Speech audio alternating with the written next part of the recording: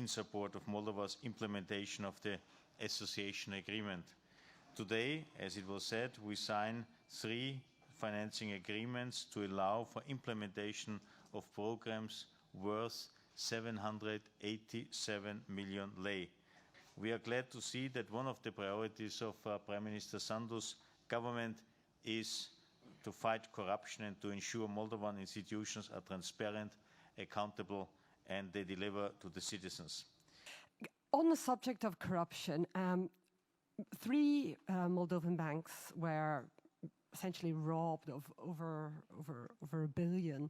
And I'm just wondering, do you think there are any prospects of recovering any of the money that was stolen from the Moldovan banks? This morning, also, we've heard from our commissioners about anti-money laundering measures and how they're going. Again, Moldova was used as part of this Russian laundromat. Do you think that the measures are in place or are about to be put in place that would make sure that that never happened again? And another issue that is of concern in the EU is the use of golden visas. And one of the companies that operates those schemes is Henley and Partners, a company that is also working with Moldova. Again, how can you make sure that the people operating the scheme are ensuring that they are doing their due diligence and that that visa scheme is not used to help people who are involved in corruption or tax evasion escape their responsibilities? Thank you. If you allow me, I'll start with the second question. We have criticized this for a long time because the way this mechanism of selling the Moldovan citizenship for money, for investment, it was called, but it was more for money, was not transparent. We were not sure how this is being done. We were not sure what are the institutions that would check those who want to buy the citizenship, and we were not sure where the money comes from.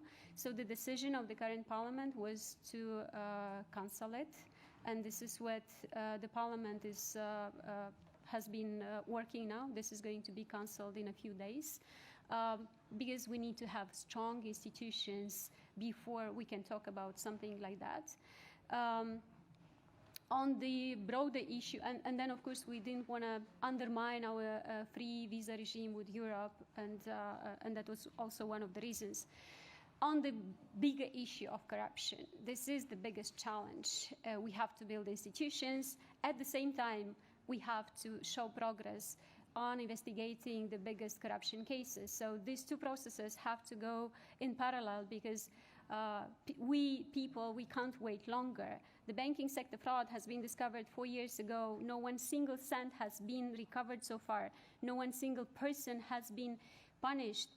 What would citizens think about such a state?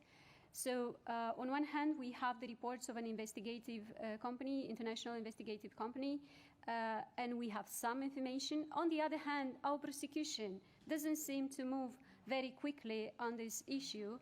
And of course, there is that much that the government can do. At some point, the prosecution has to do its job, and we are in the process of selecting a new prosecutor general, which we hope is going to have enough courage, professionalism to start working properly on this huge corruption cases, but at the same time do the reform of the prosecution.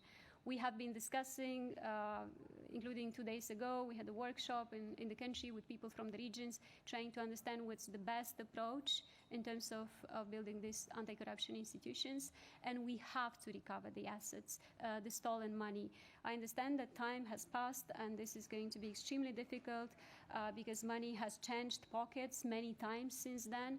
But I believe that the prosecution should go after the assets of those who stole the money, because everybody in Moldova knows who stole the money, just the prosecution still doesn't want to know it, but this is going to change soon. But if they can't find the money, they have to go after the assets of those who stole the money, and this is extremely important to us. In addition to that, because this is just one episode of corruption, we are discovering everyday corruption schemes that were in state enterprises, in state institutions, And we have to put an end to all this, because this might be other billions and billions which left the state budget. Instead of helping people, they ended up in offshore accounts of some of the politicians of Moldova. The money laundering is another important element, and Moldova was part of this. The Moldovan courts and the Moldovan banking system were used to do the money laundering. And here we need the support of other countries, because some of this money ended up in the accounts of banks and firms in the EU countries. And EU countries have much better capacity to fight this phenomenon. Of course, we're building our own capacity. We are making changes to the laws so that no one could do what has happened in the past, but we do need help on that, because this is a phenomenon which is big enough, which is worldwide, and we need the support of the developed countries.